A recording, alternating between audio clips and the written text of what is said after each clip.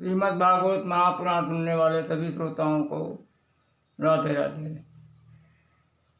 पिछले पार्ट में हम सब ने सुना कि सनकादि और नारद जी की बातचीत में नारद जी ने सनकादि ऋषि से पूछा कि प्रभु ये बताइए कि इस श्रीमद् भागवत महापुराण से कैसे कैसे पापी तर सकते हैं। के विशुद्धन्ते वदन्तु मह्यं सप्ताहयज्ञेन कथामयेन।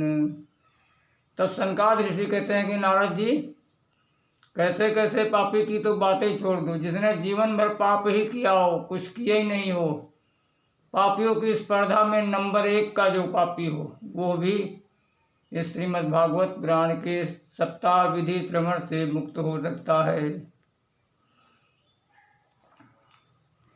ये मानवाः पापकृतस्तु सर्वदा सदा दुराचाररता गमार्गवा क्रोधाग्निदग्धा कुटिलाश्च काम्बिना सप्ताहयज्ञेन कलौ पुनन्ति ते। जिसने जीवन भर पाप ही किया हो और सदा दूसरे कुमार्ग में चला हो, ऐसे पापी भी ये सप्ताह विधि श्रवण से मुक्त हो जाते हैं। नारद जी ने कहा कि हे ऋषियों, आप कोई उदाहरण दीजिए कि कौन सा पापी ऐसा तरा है। तो सनकादि ऋषि आत्मदेव का उपाख्यान सुनाते हैं। तुंगभद्रा तटे पूर्वं भूतपत्तनमुत्तमम्। तुंगभद्रा नदी के तट पर एक उत्तम नगर बसा हुआ था और वहाँ पे पंडित आत्मदेव शर्मा निवास करते थे। आत्मदेव पुरा तस्मिन् सर्ववेद विशारदा श्रोता स्मार्तेषु नित्यनार्थे द्वितीय इव भास्करा। और वो आत्मदेव इतने विद्वान थे कि द्वितीय इव भास्करा, जैसे दूसरे सूर्य। और उनकी पत्नी थी श्रीमती धुंधली देवी। और वो कैसी थी? लोकवार्ता रता गोरा, वो लोगों की बातें ही करती रहती थी और क्रूर भी थी। लोकवार्ता रता क्रूरा कृपणा बहुजल्पिका, और बहुत ही बतलाती थी तथा कृपण थी। और सूराचा गृह कृत्येषु, लेकिन घर के कार्य में बहुत कुशल थी। और कृपणा कलह प्रिया, और वो कलह प्रिय थी, थोड़ी थोड़ी बातों में लड़ने झगड़ने रहती थी। इस प्रकार आत्मदेव जी और का जीवन चल रहा था। सब कुछ होते हुए भी उनके यहाँ कोई संतान नहीं थी, इसलिए वो एक दिन दुखी हो गए और गृहं त्यक्त्वा वनं गता, गृह छोड़ के वन को चले गए और वहाँ पे बैठे बैठे जंगल में रो रहे थे। तभी एक वहाँ पे साधु आए और उन्होंने पूछा कि कथम रोधस विप्रतुम काते चिंता बलियसी। हे ब्राह्मण देवता, आप यहाँ अकेले क्यों रो रहे हो?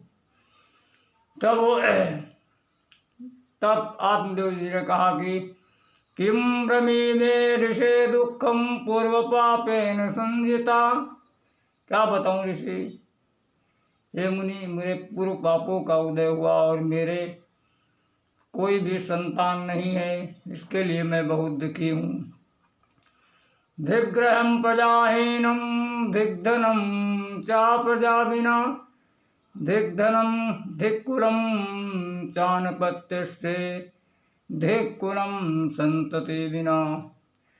ये मेरा जीवन धिक्कार है और बिना पुत्र के मेरे कुल को भी धिक्कार है, और जो धन कमाया है वो भी मेरा व्यर्थ है।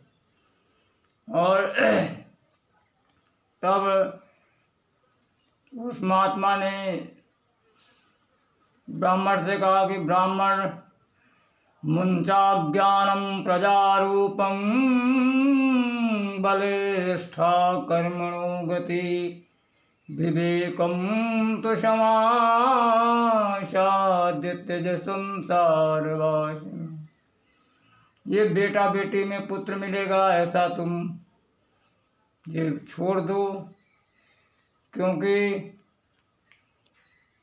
कर्मों की गति प्रबल है और विवेक का सहारा लेकर संसार की वासनाओं का त्याग कर दो। तब ब्राह्मण ने कहा कि नहीं प्रभु, मुझे तो आप पुत्र दीजिए।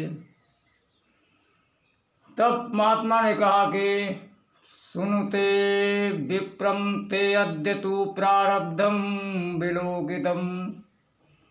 ब्राह्मण, अभी तक तो मैं कुछ नहीं तुमको बोला था, लेकिन अब मैं ज्योतिष का भी विद्वान हूँ और मैंने अभी अभी तुम्हारे माथे की रेखाएं पढ़ी हैं और उसमें लिखा है सप्त जन्मावधि तव पुत्रो नहीं वच।